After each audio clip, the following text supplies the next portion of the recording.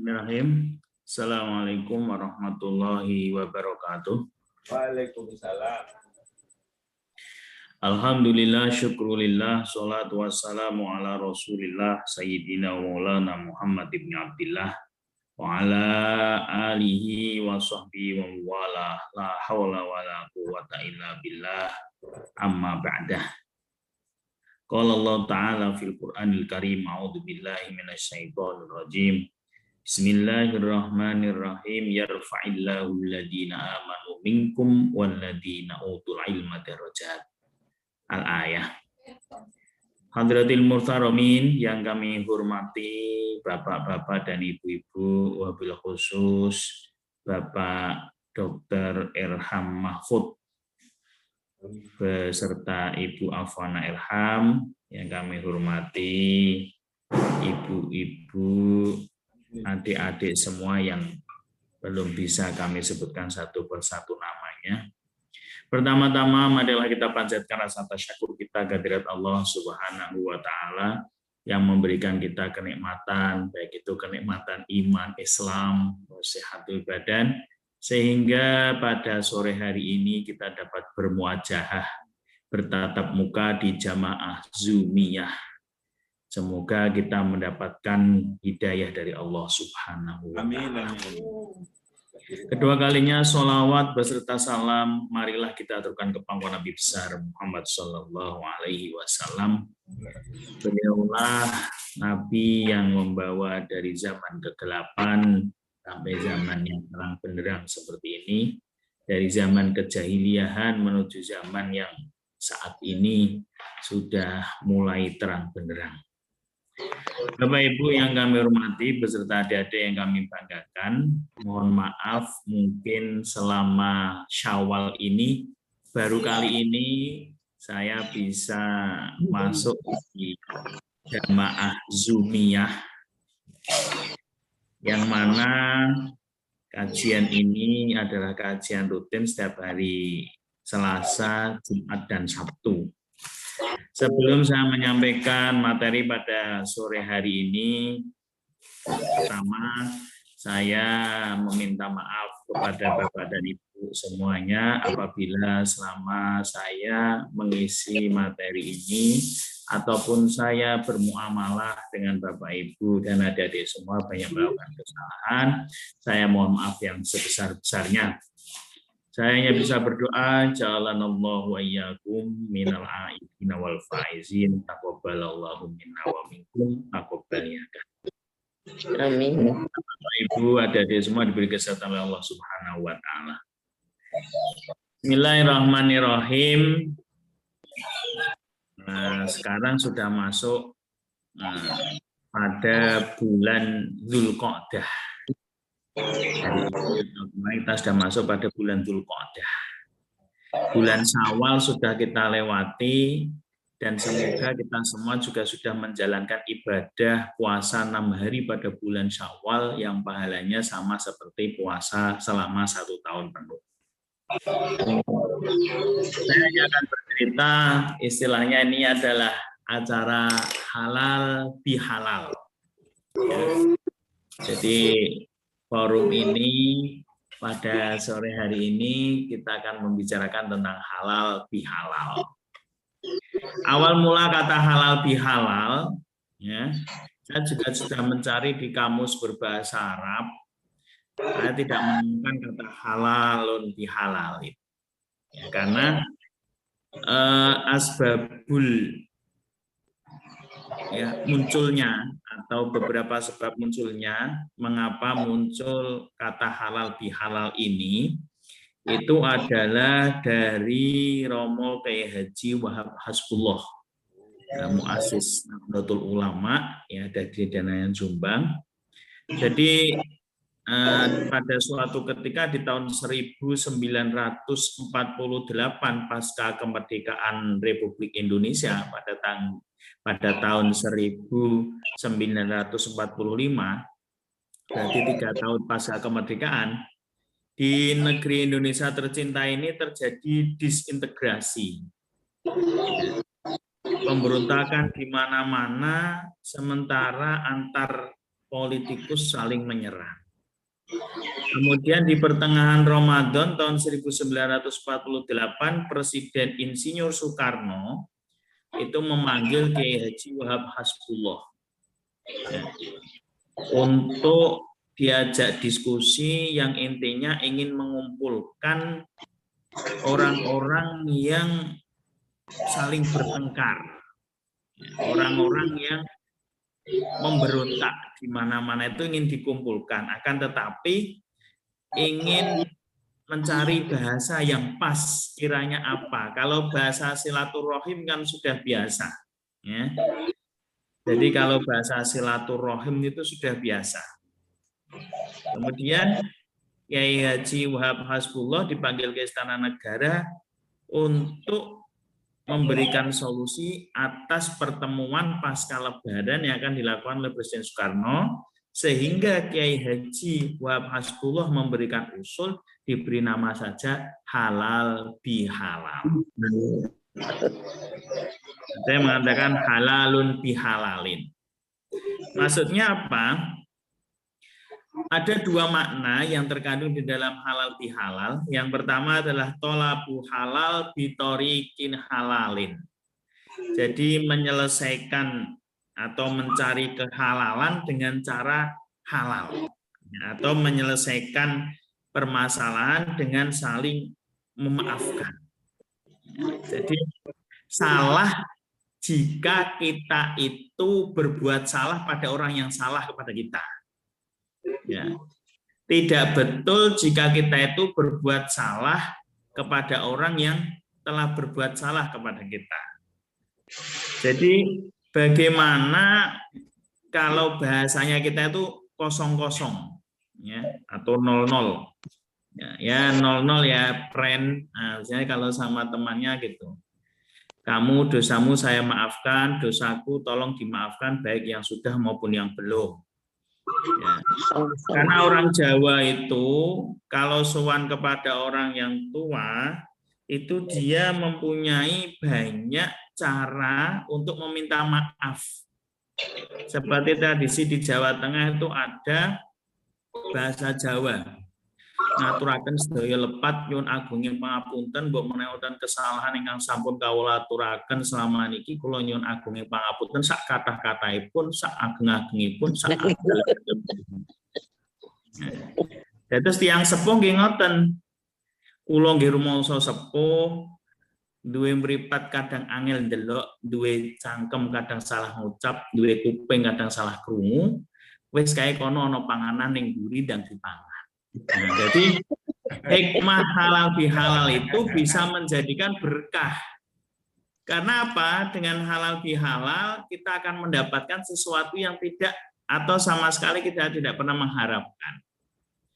Nah, itu sulit mana antara memaafkan, ya, mana antara minta maaf sama memaafkan itu sulit mana? Ya. Oh, sulit minta maaf.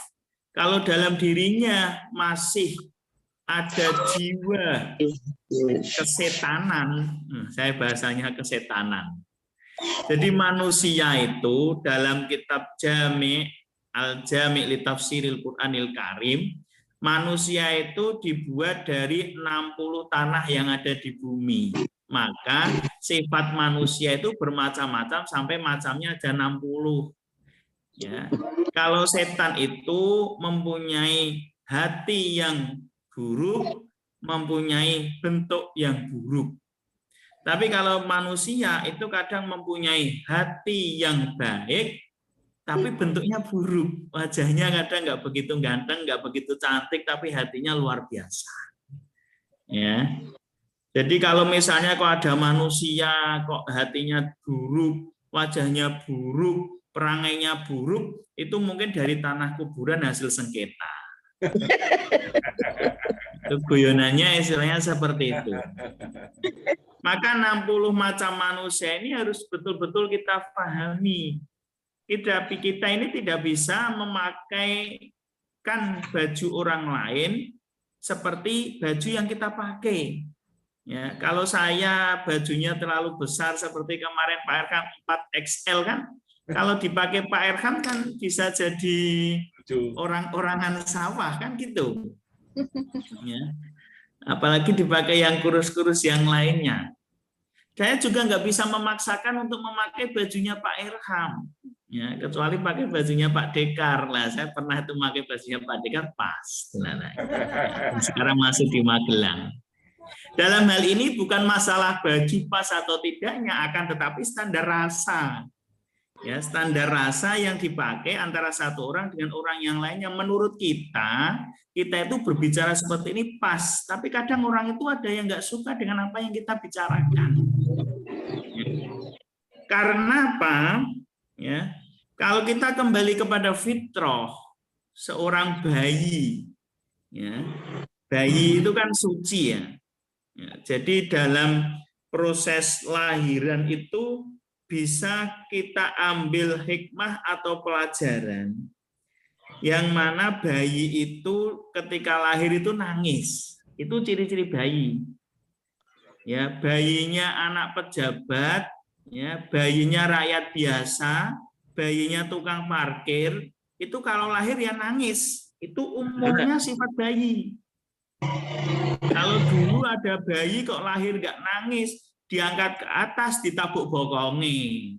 Kok orang nangis, berarti ono opo. Nah, kadang cari tahu seperti itu. Ya. Dan bayi itu datang itu, orang itu semua senang, walaupun bayinya itu menangis. Ya. Maka kita itu dianjurkan, kita lahir itu membuat orang lain senang, dan kita meninggal melihat orang lain melihat kita, mereka pada sedih kehilangan kita. Jangan sampai kehadiran kita itu tidak dinantikan oleh orang-orang. Saya itu kadang khawatir kehadiran saya ini juga tidak dinantikan ibu-ibu dan bapak-bapak semuanya. Ini saya juga khawatir. Mbak Tifa, Pak Dekar. Ataukah ataukah kehadiran saya itu sangat dinanti-nanti. Ini Pak Taufik sudah 1 Syawal sampai akhir Syawal kok belum muncul. Nah, ini sangat dinantikan. Bahkan kita itu kalau bisa itu kehadirannya sangat dinantikan oleh orang-orang. Ya, pengalaman jadi dosen itu mahasiswa itu senang kalau ketemu motornya saja itu senang. Oh, ada motornya Pak Taufik, alhamdulillah, berarti Pak Taufik masuk. Ya, tapi kalau mahasiswa kok kedengeran motornya aja, waduh, masuk lagi. Nah, itu kehadiran yang tidak diharapkan. Dan ketika kehadiran itu tidak diharapkan, orang akan mendoakan buruk kepada kita. Ya Allah, semoga Pak dosen ini di jalan ada apa-apa. Ya Allah, semoga nggak sampai kampus, sudah mau sampai kampus, semoga kehujanan. Ya. Akan tetapi jika orang itu kok senang kepada kita, kehadirannya dinantikan di WA, Pak Taufik kok nggak pernah kelihatan, kemana saja. Ya, kan lagi sibuk atau lagi apa ya, jadi kita berdoa semoga kehadiran kita itu seperti bayi ya, lahir ya kita semua senang alhamdulillah ya. Tapi perlu diketahui juga bahwa sifat bayi itu mempunyai sifat yang bagus, yaitu jujur ya. Ya. Jadi bayi itu jujur, yang tidak jujur itu mantan bayi atau mantan bayi yang sudah brengosen, nah itu sudah mulai nggak jujur. Maka ada yang mengatakan pendidikan tambah tinggi itu tingkat kejujurannya semakin kecil. Ya. Maka kalau kita mencoba belajar dari anak-anak RA, adik dikasih uang berapa? 250.000. Oh ya, sana masuk. Pasti jujur anak kecil itu. Coba tanya orang yang sudah tua dapat beasiswa, uangnya digunakan untuk apa? Oh, untuk beli buku, padahal untuk keramik, untuk pintu, untuk genteng, dan lain sebagainya. Ya. Kemudian bayi itu mudah diatur. Ya. Bayi itu mudah diatur. Mengapa mudah diatur? Ya karena bayi itu nggak mungkin mau dinaikkan ke atas terus turun sendiri, apalagi masih bayi. Ya. Ya. Mau dinaikkan ke atas ya ikut aja. Kadang orang-orang dulu itu agar menjaga bayinya supaya nggak kagetan, itu dikasihkan di atas amben, ambennya digebrok-gebrok, brok, nggak kagetan. Ternyata mendengarkan adzan ya ora kaget, jadinya ya ora ning masjid barang gitu ya. Jadi kadang kita perlu melakukan kritik terhadap tradisi-tradisi terdahulu. Apakah pemaknaan kita yang salah ataukah karena memang ya mereka betul-betul memegang teguh ajaran yang sudah disampaikan oleh orang-orang tuanya terdahulu. Ya. Itu kadang saya juga heran. Ya, dan saya selalu berpikir, ketika kita jatuh waktu kecil itu udah nggak apa-apa, kodoke melayu tak cari kata enggak ono. Kodoke melayu wis ora apa-apa, kodoke melayu. Terus kaitannya jatuh sama kodok itu apa? Itu yang sampai sekarang saya cari penyebabnya juga nggak ketemu. Jadi saya kadang anak-anak kecil terdahulu kadang oh iya ya. Kadang saya berpikir kalau misal istilah-istilah Jawa saya agak sedikit tahu banyak lah ya, misalnya mengapa harus ada kupluk, kaku tur cempluk, mengapa harus ada kuping, kaku tur jepiping, kenapa harus ada kerikil, kerining sikil. Nah, itu masih masuk akal ya. Akan tapi ketika masuk pada istilah-istilah ya, ketika kagetan terus digebrak di atas depan. Kalau dulu ketika gerhana kemarin juga kan ya, suruh di bawah amben. Ya kalau hamilnya sudah terlalu besar, ambennya kecil, mau masuk amben lagi. Ya, tapi kita nggak bisa menafikan itu semua, nggak bisa karena kita juga belajar dari orang-orang terdahulu. Ya, kalau kita menafikan itu sama saja kita menolak. Ya, supaya kita itu tahu bahwasanya itu adalah adat atau kebiasaan yang ada, ya maka kita harus pahami betul loh itu hanya adat. Jadi seperti kita hari raya Idul Fitri. Idul Fitri itu kan syariat. Lah halal bihalal itu permasalahan masyarakat. Kemudian silaturahim permasalahan umat, terus kupat masalah adat. Ya. Kupat iki maksudnya apa? Aku lepat njaluk ngapunten ingkang kathah. Kuwi jenenge kupat. Ana sing jenenge lontong. Nah, ada ya lontong ya. Heeh. Lontongnya apa maksudnya? Maksudnya lontong adalah olone kotrong. Maksudnya sudah nggak punya kejelekan-kejelekan. Maka kalau masjid itu kadang ada suara tong tong tong, itu maksudnya jamaah sekotong, jamaah sekotong, jamaah sekotong. Jadi kita bisa belajar dari budaya at-thaqafi ya fil hayah. Ya. Jadi jangan menolak, tiba-tiba orang menolak kentongan, tong tong tong ini maksudnya apa? Ya. Maksudnya itu masjidnya sing kotong ndang teko wis layak ibadah sholat mau dijalankan. Ya. Kemudian bayi itu enggak serakah. Jadi kita bisa meniru sifat bayi-bayi itu enggak serakah. Ya. Dan kita lihat bayi itu kalau nangis itu kalau pas lapar, ya. Kalau nggak lapar juga nggak nangis, ya. Atau pas kencing atau sesuatu dicopot semut nangis. Tapi mantan bayi, ya itu kadang nggak pernah kenyang. Ya, mantan bayi itu nggak pernah kenyang. Ya, jadi kalau bayi itu nggak serak. Ya. Dan kita lihat dan kita amati, ya, hewan atau makhluk yang ada di dunia ini yang makan menggunakan tangan itu hanya manusia dan monyet. Ya. Kalau makan itu ngambil kemudian dimakan pakai tangan. Kalau ayam itu enggak. Kalau ayam ya tol selesai sudah, gitu. Enggak terus ayam bawa karung. Terus pari ini diwadahi karung nggak mungkin. Tapi kalau manusia, yo pari ini dipangan, gabahe dipangan, tempatnya gabah ya dipangan, aspale ya dipangan, lemah ya dipangan. Jadi memang manusia itu identik mempunyai sifat serakah, ya. Mempunyai sifat serakah. Kemudian kalau bayi nangis, pasti bapak itu guyu, senyum-senyum. Alhamdulillah, anak saya sudah lahir. Ini saya kasih nama siapa? Tidak tahu di balik itu semua ada seorang ibu yang susah payah untuk melahirkan anaknya. Dengan kemeringet, maksudnya kemeringet apa? Itu lambang rekoso. Ya. Rekoso itu kalau bahasa Indonesianya itu apa ya? Rekasa. Rekasa ya, udah rekasa. Susah payah. Susah payah, seorang ibu itu bersusah payah. Maka kita harus pahami betul kondisi perempuan itu memang makhluk yang mulia. Kalau kita tahu lagunya Nasidaria, itu ibu kaulah wanita yang mulia, derajatmu 3 tingkat dibanding ayah. Nah itu melahirkan, ini tak terus-terusnya, nanti besok saya diundang lagi suruh nyanyi Nasidaria. Ya. Jadi 3 tingkat derajatnya dibanding ayah, karena apa? Dalam proses lahirnya anak menangis, ayah tertawa, ibu bersusah payah. Ya.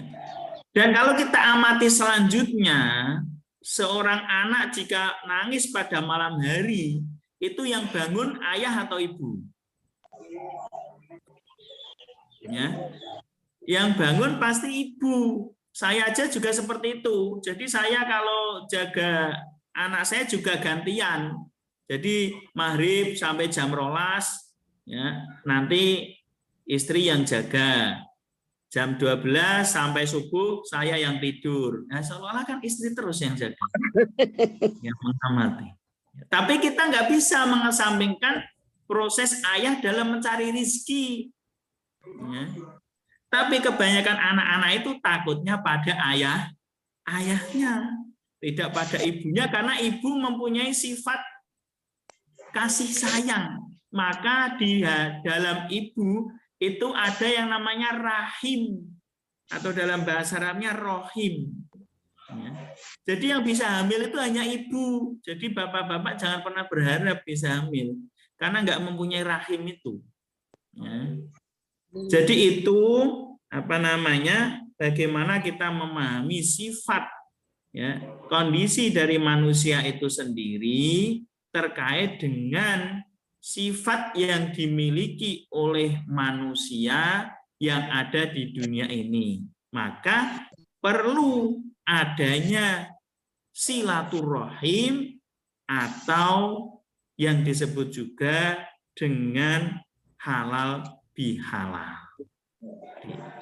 Dan satu cerita lagi, ya, saya tuh masih melihat ini kok belum ada tulisan 09.50. Ada, ini loh udah 06. Oh masih 06, ya.